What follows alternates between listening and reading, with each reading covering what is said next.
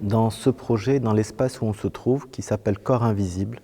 j'ai voulu aborder la notion de personnes mal racontées dans l'histoire du récit national français.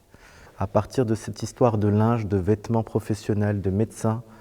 de mains tendues qui sont des degrés d'ouverture de fleurs, je raconte les années 50, 40, 50, 60, jusqu'à notre présent, dans des histoires un peu de déchirure, de gens qui sont morts ensemble pour certaines raisons, qui ont travaillé ensemble pour d'autres raisons,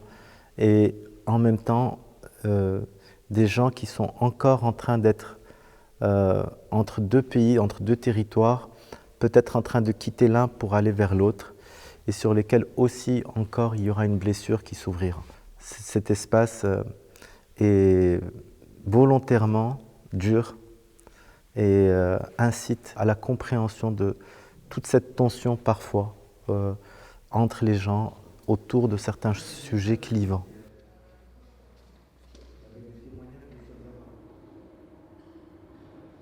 Alors, dans la deuxième section de l'exposition, le chemin des indésirables, on découvre ici plusieurs œuvres qui parlent un peu de le regard sur les étrangers et surtout on s'inspire d'une histoire qui est très proche du musée, l'histoire du camp de Rivesaltes. Dans cette deuxième étape, on est vraiment dans ce chemin imaginaire autour des migrations et comment ces chemins nous amènent aussi à élaborer des conceptions autour des migrations.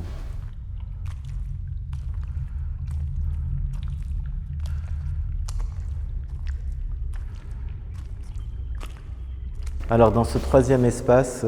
qui s'appelle Avenir commun avec point d'interrogation, j'interroge un peu comment nous sommes capables de dépasser ces distances qui nous séparent et comment nous pouvons construire réellement un avenir commun.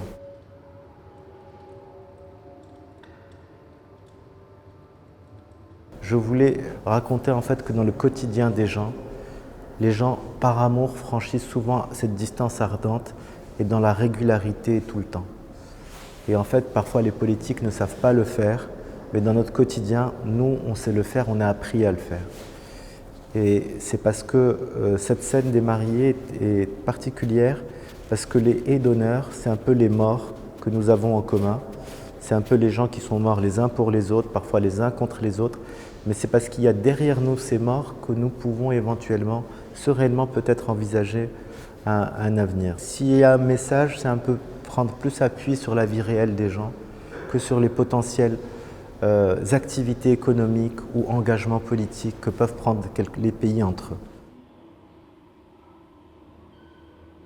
Dans le dernier espace de l'exposition Distance ardente, il y a cette installation particulière de Mohamed Ajdal qu'on a vu très tôt déjà dans le projet,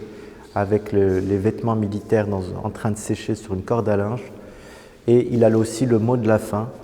avec cette installation où il est question de se positionner face à son œuvre et de déchiffrer les distances qui sont marquées sur des mètres de mesure. Mohamed, depuis plusieurs années, développe une recherche sur les unités relationnelles et sur les distances ou les degrés de séparation entre les gens. Aussi, Mohamed, qui a une très bonne connaissance de l'Afrique de l'Ouest, qui a traversé aussi le désert en sens inverse, qui a traversé aussi à un moment l'Atlantique pour aller aux îles Canaries dans une traversée qui était à l'époque clandestine et qui a vécu plusieurs expériences dans sa vie, il était pour moi le plus à même pour avoir le mot de la fin sur cette exposition et sur ce projet.